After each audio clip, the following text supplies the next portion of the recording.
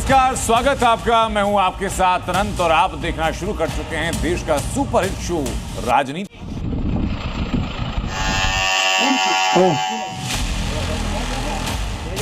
बताओ क्या गलत किया? कोई जात नहीं छुपाई, हम तो जात बता रहे हैं। यादव है। कथा सुनाई, जाति छिपाई, फिर कथावाचक की पिटाई। ब्राह्मणों के गांव में यादव कथावाचक पर विवाद बढ़ा।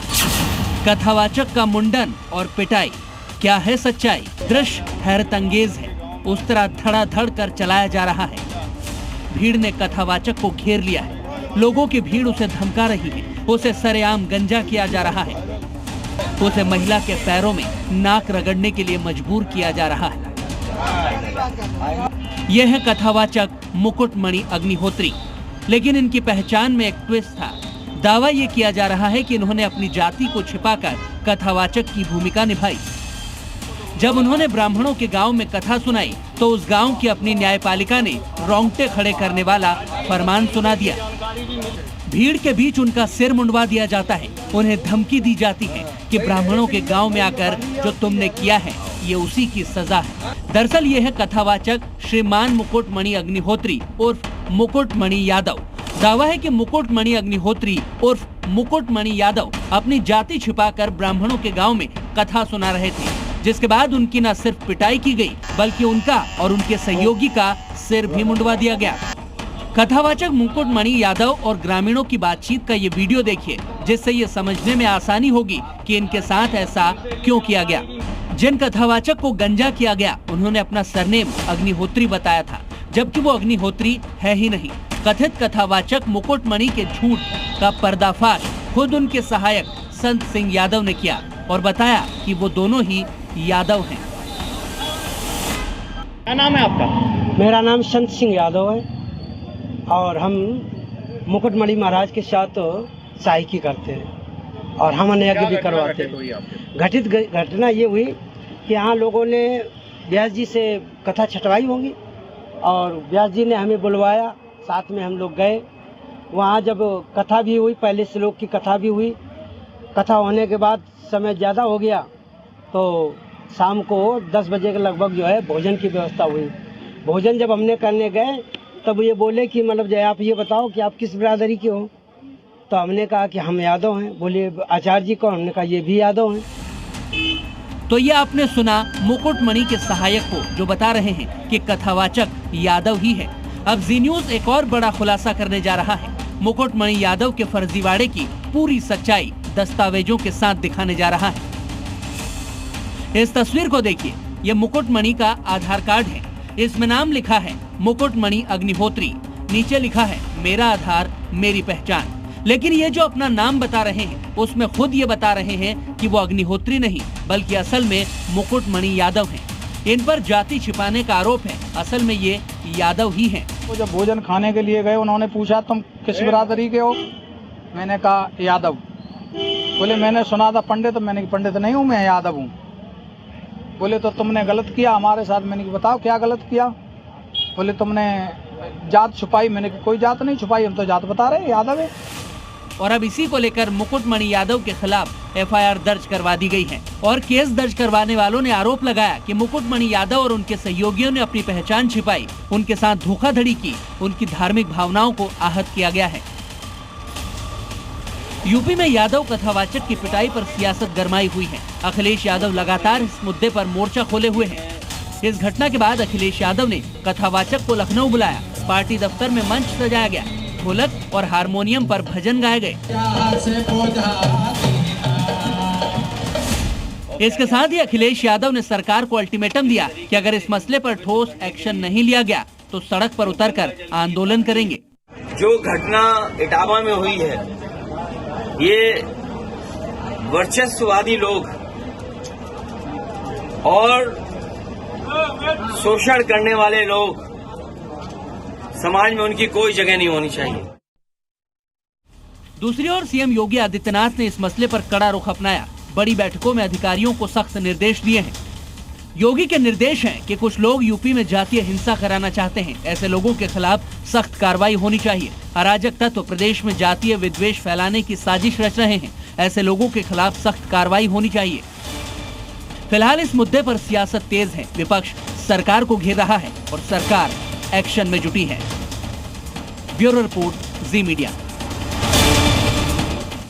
लेकिन कथावाचक की पिटाई का सच क्या है, उसके पहले बताता हूं आपको कि इस विवाद पर ब्राह्मण महासभा क्या दावा कर रही है। ब्राह्मण महासभा ने कहा कि कथावाचक ने धार्मिक भावनाओं को भड़काया।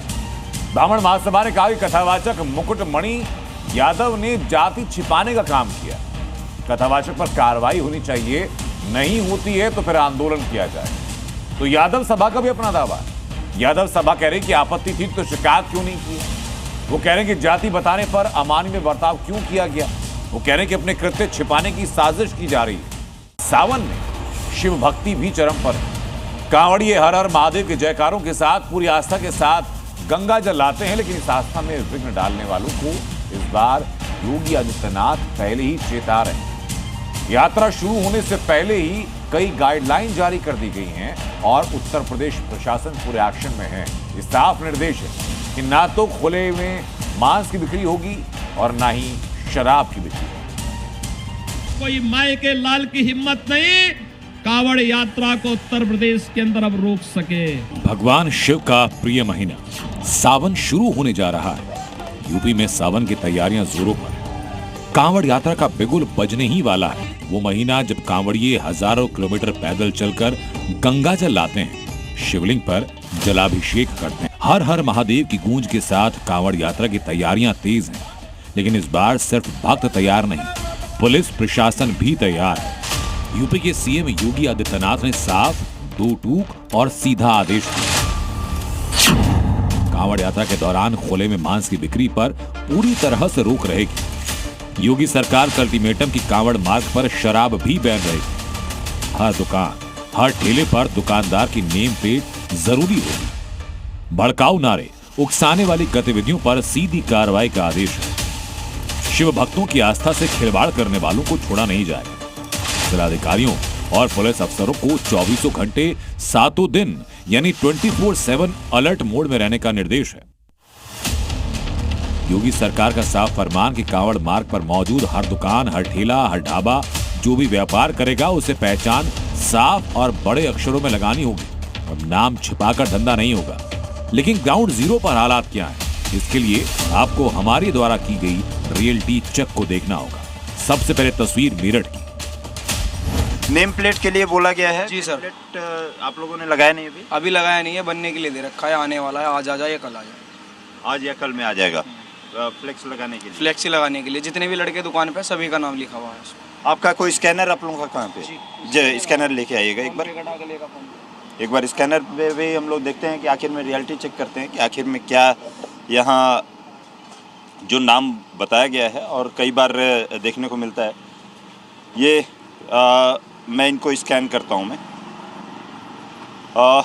ये जब स्कैन करने पे नाम आ रहा है मिस्टर शुभम का। अच्छा, शुभम आप हैं? अच्छा, ठीक है। ये नाम यदि देखा जाए तो इनका नाम शुभम आ रहा है। हर साल सावन में कांवड़ियों का विशाल जत्था उत्तर प्रदेश की सड़कों से गुजरता है, लेकिन कुछ जगहों पर खुले में मांस बेचकर जानबूझकर माहौल खराब करने की कोशिश की जाती है। लेकिन पिछली बार की तरह इस बार भी योगी सरकार का क्लियर संदेश कि धर्म का अपमान नहीं सहा जाएगा, आस्था सर्वोपरि है। मांस मदिरा की दुकानें तो वैसे भी कांवड़ मार्ग में बंद रहती हैं और मुझे नहीं लगता है कि कोई उत्तर प्रदेश में, देश में ऐसा साहस करेगा कि जहां कांवड़ यात्री जा रहे हों वहां पर कोई मांस मदिरा की दुकान लगाए।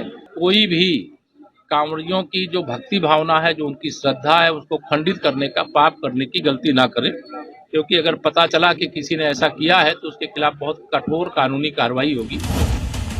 अब योगी सरकार ने सीधी चेतावनी दे दी, खुले में मांस बेचना कांवड़ मार्ग पर प्रतिबंधित होगा। मुजफ्फरनगर में क्या हालात हैं, जरा वो देखिए। अजय जी, आपका होटल किस नाम से है? अजय कुमार के नाम से। इसके ओनर कौन है? अजय कुमार मैं ही हूँ जी। क्या तैयारी है कांवड़ यात्रा की? किस तरह से तैयारी कर रहे हैं? कांवड़ यात्रा शुरू होने वाली है। बस जैसे भी पहले से होती आ रही है, ऐसे साफ सफाई वगैरह सब सुविधा उपलब्ध करा रहे हैं कांवड़ यात्रा के लिए। ये होटल आप चलाते हैं, उसका ओनर कोई और है? उसका ओनर और कोई है, लेकिन चलाते हैं हमें। वो यहाँ पे नहीं आते, उनके 2-3 होटल और चल रहे हैं, वहाँ पे देखभाल ज्यादा करते हैं। और उन्होंने इस बार हमें आके कहा है, कल वे आएंगे, कि भोलों की सेवा में जो होना चाहिए वो काम करो। अगर कोई भी आदेश की अवहेलना करेगा तो सीधा योगी स्टाइल में एक्शन होगा। जुर्माना, लाइसेंस रद्द, दुकान सील और जरूरत पड़ी तो गिरफ्तारी।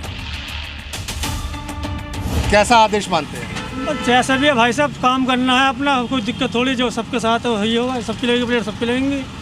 हाँ, सबकी लगेंगी प्लेटें। जैसे सरकार चाहेगी ऐसा होगा काम तो। अच्छा, जैसे भी सबके लगेंगी प्लेटें, सबकी लगेंगी, हमको अलग थोड़ी लगाएंगे। नहीं तो नाम लिख के बेचने में कोई दिक्कत? कुछ दिक्कत नहीं है। हाँ, कोई दिक्कत वाली बात नहीं है। ऐसे कौन सी दिक्कत हो गई? जो कहना ये है कि कांवड़ यात्री कहाँ से सामान खरीद रहे हैं उनको पता हो। हाँ, सही बात है, नाम लिख लो, कोई दिक्कत थोड़ी। जी करेगा लेंगे, जी करेगा मतलब, कोई दिक्कत वाली बात नहीं है ऐसी भाई साहब। यानी जहां जहां से कांवड़ यात्रा निकलेगी वहां शराब की बिक्री और खुले में मांस की बिक्री बंद रहेगी।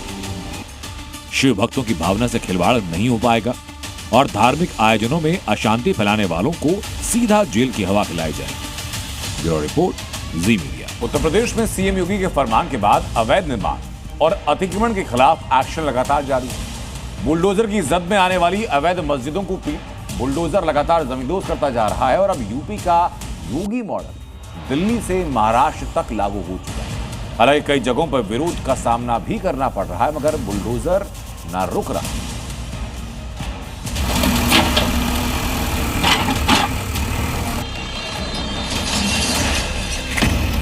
यूपी में योगी फोर्स अवैध मस्जिदों के खिलाफ लंबे वक्त से बुलडोजर कार्रवाई कर रही है। संभल से श्रावस्ती तक बाबा का बुलडोजर ऐसा गरजा कि सैकड़ों अवैध मस्जिद और मजार बराबर हो गए। अतिक्रमण के खिलाफ योगी मॉडल अब दूसरे बीजेपी शासित राज्यों में भी लागू हो गया है, जिसकी सबसे ताजा तस्वीर राजधानी दिल्ली से आई। दिल्ली के मंगोलपुरी की इस विशाल मस्जिद पर पिछले 5 दिनों से बुलडोजर कार्रवाई की जा रही थी, जिसे कल फाइनली ढहा दिया गया। मंगोलपुरी के वाई ब्लॉक में बनी ये मोहम्मदी जामा मस्जिद एमसीडी की जमीन पर बनी थी, जिस पर बीजेपी सरकार आते ही जांच शुरू हुई और फिर बुलडोजर कार्रवाई के जरिए इसे जमींदोज कर दिया गया। मोहम्मदी मस्जिद का बड़ा हिस्सा सरकारी जमीन पर था। एमसीडी ने 20 जून को मस्जिद को नोटिस जारी किया, मस्जिद खाली करने के लिए 48 घंटे का वक्त दिया, जिसके बाद मस्जिद कमेटी ने खुद ही अवैध हिस्सा हटाने की कोशिश की, मगर जब तय समय में मस्जिद का अवैध हिस्सा नहीं हटा तो सरकारी बुलडोजर पहुंचा और 3 दिन के भीतर मस्जिद को जमींदोज कर दिया गया। हालांकि मस्जिद गिराने के दौरान काफी संख्या में इलाके की मुस्लिम आबादी भी जमा हो गई, लिहाजा माहौल खराब होने की आशंका को देखते हुए भारी पुलिस फोर्स तैनात करना पड़ा, जिसकी बदौलत कोई बवाल नहीं हुआ। मगर उत्तराखंड के उधम सिंह नगर में अवैध मस्जिद को ढहाने पर हंगामा खड़ा हो गया। ये तस्वीरें रुद्रपुर के पहाड़गंज इलाके की हैं, जहां सकरी गलियों में सरकारी जमीन पर अवैध मस्जिद बनाई जा रही थी। मगर जिला विकास प्राधिकरण को जैसे ही खबर लगी, पहले इस अवैध इमारत को सील कर दिया गया और फिर हथौड़ों की चोट से अवैध निर्माण को जमींदोज करना शुरू किया गया। लेकिन प्रशासन की कार्रवाई से इलाके की मुस्लिम आबादी भड़क उठी और बुर्का पहनी महिलाओं ने मस्जिद तोड़ने के विरोध में बवाल शुरू कर दिया। हालांकि उत्तराखंड पुलिस की सख्ती के आगे उनकी एक नहीं चली और आखिरकार पूरी कार्रवाई को अंजाम दिया गया। 304 ही संरचनाएं हैं जो प्रथम दृष्टया नजूल जमीन पे भी हैं, ग्रीन बेल्ट में भी हैं, नदी के किनारे भी हैं, अवैध भी हैं, संरचना भी अवैध है। उनका भी चिन्हीकरण करके उनको चालानी कार्रवाई की गई है। नोटिस शामिल की कार्रवाई चल रही है। नोटिस शामिल हो जाने के बाद उनकी सुनवाई का अवसर पूरा दिया जाएगा, उसके बाद अंतिम निर्णय लेते हुए कार्रवाई की जाएगी। ये कुछ ऐसा ही हंगामा था जैसा 2 दिन पहले महाराष्ट्र के ठाणे में देखने को मिला, जब मुस्लिम आबादी में बनी अवैध बिल्डिंग पर बुलडोजर कार्रवाई की गई थी।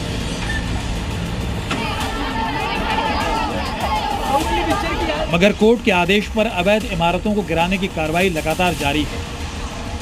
इस इलाके में कुल 33 इमारतों की निशानदेही की गई थी, जिन्हें मिट्टी में मिलाने के लिए देवा भाव के बुलडोजर फुल एक्शन में हैं। ब्यूरो रिपोर्ट, जी मीडिया।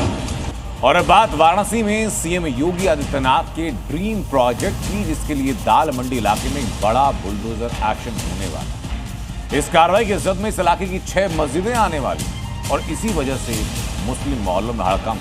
दिखाते हैं हमको वाराणसी से जी मीडिया संवाददाता की एक्सक्लूसिव ग्राउंड रिपोर्ट।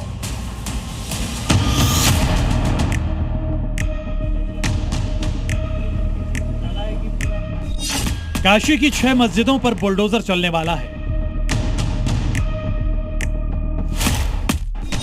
होगा सड़क चौड़ीकरण, ढहाया जाएगा अतिक्रमण।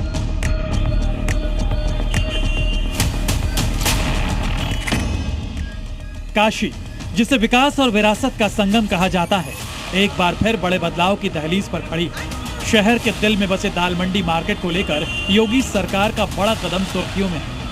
नई सड़क स्थित दाल मंडी का इलाका, जो पूर्वांचल के सबसे बड़े मार्केट के रूप में जाना जाता है, यहाँ हर दिन करोड़ों का कारोबार होता है, लेकिन अब यहाँ बदलाव की बयार चल पड़ी है।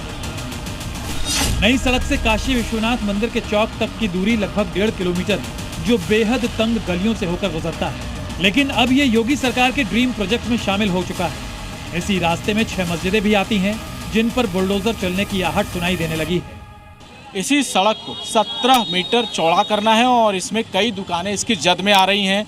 इसके लिए निशानदेही अब पीडब्ल्यूडी और नगर निगम की टीम लगातार करती जा रही है। इसमें कुल 6 मस्जिदों को भी निशान लगाया गया है, जहां पर उसको तोड़ा जाएगा और ये कहा जा रहा है कि अब इसका जो है व्यापारी विरोध भी कर रहे हैं कि उनका व्यापार इससे ठप हो जाएगा। कई ऐसी दुकानें हैं हज़ारों की संख्या में, जो अब यहाँ से हट जाएंगी और ये रास्ता जो है वो चौड़ा होगा। ये सरकार का ड्रीम प्रोजेक्ट भी है। प्रशासनिक स्तर पर मुस्लिम समुदाय के प्रतिनिधियों से बातचीत की जा रही है। लोगों ने कहा है कि यदि मस्जिद टूट जाएगी तो नमाज कहाँ पढ़ेंगे। जी टूटेगी तो आदमी कहाँ जाएगा, ये बताइए, नमाज पढ़ने कहाँ जाएगा। भाई आप चौड़ीकरण करिए, मस्जिद धार्मिक चीज़ तो तोड़ नहीं सकते हैं, ये बात है। सरकार को ये सोचना चाहिए कि सबका काम सबका विकास, थोड़ा अपना करते रहे, आपका भी काम हो जाए, हमारा भी काम हो जाए। इतना ना नोचे कि मतलब कि आदमी बर्बाद हो जाए। हर आदमी बाल बच्चों का है, हर आदमी को रोजी है, आदमी को क्या चाहिए। पूर्वांचल के दुकानदार यहीं से थोक के भाव सामान लेकर अपने दुकानों में बेचते हैं, लेकिन चौड़ीकरण के प्रस्ताव ने सभी दुकानदारों की नींद उड़ा दी है। जिला प्रशासन नई सड़क से चौक तक के पूरे रास्ते से अतिक्रमण हटवा रहा है। इसके साथ ही पुलिस की गाड़ी सायरन बजाती हुई पूरे रास्ते पर निगरानी कर रही है। हट जाएंगे तो दुकानदार कहाँ जाएंगे, रोजी कैसे मिलेगी। यही दुकान का सहारा लोगों को, एक दुकान है, लोगों की दुकानें हट जाएंगी, परिवार भूखा मरेगा। सरकार को सोचना चाहिए इस बात को। दुकानें टूट जाएगी, कहाँ जाया जाएगा। आप लोगों को कुछ बताया गया? कुछ नहीं।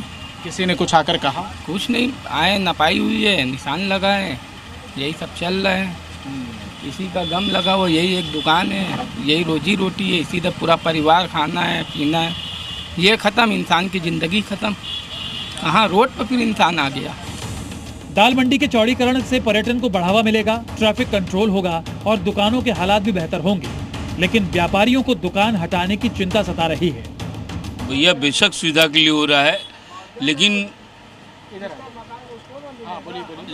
मुआवजा तो भाई भैया लोग देवे करेंगे, लेकिन जो हमारे 50 लोग हैं, उनका खाना पीना हम कहाँ से देंगे, कहाँ से लेंगे, कहाँ से देंगे। तो हम लोगों को यहाँ बहुत सारी दिक्कतें हैं। अगर हम लोग ऐसे ही पढ़ाई लिखाई हमारी सब चीज़ चली जाएगी तो हमारी आगे की नॉलेज का क्या होगा। हम लोग क्या करेंगे, कहाँ जाएंगे। हमारे माँ बाप ऐसे परेशान है, ना खा रहे हैं ना पी रहे हैं। इसकी टेंशन इतनी टेंशन है कि उसकी सारी टेंशन हमारी पढ़ाई तक पे उसका असर पड़ रहा है। हमको स्कूल जाने के लिए फ़ीस देने के लिए आज इतनी मोहताजगी की आदमी फ़ीस देने के लिए परेशान है। काशी की आत्मा उसकी गलियों में है और इन्हीं गलियों के उद्धार के लिए सरकार बदलाव कर रही है। जरूरत है प्रशासन, व्यापारी और समाज के सभी वर्ग मिलकर एक ऐसी राह निकालें जिसमें विकास हो, सम्मान हो, ना कि किसी तरह का व्यवधान हो। जयपाल, वाराणसी, जी मीडिया। मौसम का मिजाज कब बदल जाए ये किसी को अंदाजा नहीं होता। पहाड़ों पर ऐसा ही हो रहा है, बर्फबारी हो रही है, बारिश हो रही है, लैंडस्लाइड हो रही है और मौसम ऐसा टर्न ले चुका है कि लोग अब त्राहिमाम कर रहे हैं। आपको हिमाचल प्रदेश की तस्वीरें दिखा रहे हैं। कुल्लू में बादल फटना, बादल फटने की वजह से सैंज घाटी प्रभावित होती है, नदी नाले उफान पर आ जाते हैं। कई गांव ऐसे हैं जिन पर खतरा मंडरा रहा है। अब देखिए जरा तस्वीर, जरा देखिए, ये 20 तस्वीरें मैं दिखा रहा हूं आपको एक ही जगह की, जहां बादल फटने के बाद तबाही के आलम है। नदी और नाले उफान पर हैं, जंगलों की लकड़ियों को नदी नाले अपने साथ बहा ले जा रहे हैं। पहाड़ों पर आपातकाल, मूसलाधार तबाही बेहिसाब, मॉनसून की खतरनाक एंट्री, ट्रेलर दिखा पिक्चर बाकी। कुदरत को जब क्रोध आता है तो उसका अंजाम क्या होता है, ये तस्वीरें बताने के लिए काफी है। उफनती नदी में तैरती गाड़ियों की ये तस्वीरें हिमाचल प्रदेश के कुल्लू की हैं।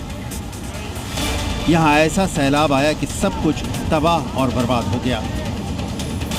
पहाड़ी नदियों में इतना पानी भर गया कि लहरों के रास्ते में जो भी मिला वो उसे अपने साथ बहा कर ले गई।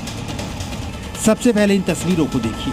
इन तस्वीरों को देखने के बाद आपको पुष्पा मूवी की याद आ रही होगी, जब पुष्पा तस्करी के लिए चंदन की लकड़ियों को नदी में फेंक देता है ताकि पुलिस से बच सके। लेकिन कुल्लू में वो फिल्मी सीन हकीकत में नजर आई।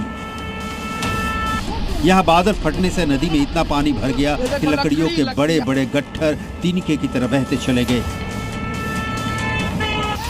हिमाचल के कसोल में भी कुदरत ने अपना रौद्र रूप दिखाया, जिसकी गवाह है ये तस्वीर। पानी अपने प्रचंड वेग के साथ बह रहा है और पानी के तेज बहाव में कई गाड़ियां फंसी हुई हैं, जिसे देखकर लगता है कि लहरें इन गाड़ियों को अपने साथ बहा ले जाने पर आमादा हैं। जब बड़ी बड़ी गाड़ियों का ये हाल है, फिर भला इंसानों का क्या हुआ होगा, इसका अंदाजा लगाया जा सकता है। कुल्लू के जीवा नाले में बादल फटने के बाद गांव के 3 लोगों का भी पता नहीं लग पाया। वहीं ब्यास नदी, पार्वती और तीर्थन नदी भी उफान पर है। बादल फटने की वजह से सबसे ज्यादा सैंज घाटी में तबाही मची है। नाले उफान पर होने की वजह से कई गांवों पर खतरा मंडरा रहा है। कुल्लू में बादल फटने से 3 लोग नदी में बह गए, जबकि 4 मकानों को भारी नुकसान हुआ है। लिहाजा लोगों को नदी नालों के किनारे ना जाने की हिदायत दी गई है। फ्लैश फ्लड्स आया है कोई 9 जगह, और तकरीबन कुल्लू में जो नदी के किनारे थे 2 लोग वो मिसिंग है। और कांगड़ा के एक हमारे जो बड़ा पहाड़ है हिमालय का, उसके पास एक क्लाउड बस्ट हुआ जिससे 3 लोग के मृत मिले हैं और 5 लोग मिसिंग है। एक जंगल में उसकी पता लगा कि वो अभी पहुंच चुके हैं, उनकी जानकारी है कि वो ठीक है। तो सड़कों को बहुत नुकसान हुआ है। 15 के करीब घर टूट गए हैं, पूरी तरह ध्वस्त हो गए जो नदी के नालों के किनारे। उत्तराखंड और किश्तवाड़ में भी बाढ़ बारिश से लोग बेहाल हैं। उत्तराखंड में बारिश ने जबरदस्त तबाही मचाई है। बारिश के कारण नदियां उफान पर हैं। कई इलाकों में सैलाबी तबाही मची हुई है। पहाड़ी इलाकों में हो रही बारिश का असर उत्तराखंड के मैदानी इलाकों में भी नजर आ रहा है। विकास नगर में बारिश के चलते नाले उफान पर हैं। बावजूद इसके लोग अपनी जान से खिलवाड़ करने से बाज नहीं आ रहे। सैलाबी खतरे के बीच बाइक सवार उफनते नाले को पार करते नजर आ रहे हैं। वहीं नालों में आया ये सैलाब कई घरों में भी घुस गया, जिसके चलते कई लोग बेघर हो गए हैं। मौसम विभाग की माने तो पहाड़ों पर मौसम अभी और कहर बरपाने वाला है, यानी पहाड़ों पर रहने वालों को अभी राहत नहीं मिलने वाली। ब्यूरो रिपोर्ट, जी मीडिया। पहाड़ की बात करते हैं मैदानी इलाकों की। यहाँ भी लगातार हो रही बारिश अब मुसीबत का सबब बनती जा रही है। कई लोग घरों में रहने के लिए मजबूर हैं, तो कहीं बाढ़ की वजह से लोगों को घरों से रेस्क्यू किया जा रहा है। महाराष्ट्र से लेकर केरल और यूपी से एमपी, गुजरात से लेकर के राजस्थान, हर जगह बारिश से यही हाल बेहाल है। लोग दुआ कर रहे हैं कि बारिश बंद हो ताकि किसी तरीके से इस आफत से राहत मिले। पहाड़ों पर बरसात, मैदान में सैलाब, बारिश से बदली कई शहरों की सूरत। केरल टू महाराष्ट्र मौसम की मार, कमर तक पानी भरा हुआ है। रेस्क्यू में साथी हाथ बढ़ा रहे हैं, जेसीबी की मदद से सामान निकाले जा रहे हैं। यह तस्वीर है सूरत के सरथाना पुलिस स्टेशन की, जहां 2 दिन पहले हुई बारिश ने इस थाने की पूरी सूरत ही बिगाड़ दी।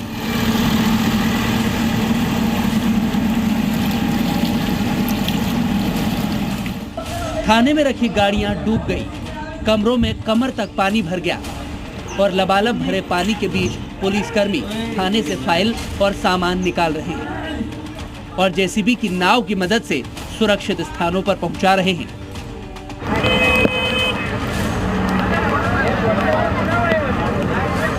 पिछले कई दिनों से भारी बारिश ने पूरे सूरत शहर में जमकर कहर बरपाया है। जगह जगह सड़कें डूब गई हैं, घरों में पानी घुस गया है, हर तरफ तबाही का मंजर दिख रहा है। जनजीवन बुरी तरह प्रभावित हो गया है। भारी बारिश के कारण जिले के नदी नालों में बाढ़ के हालात पैदा हो गए हैं।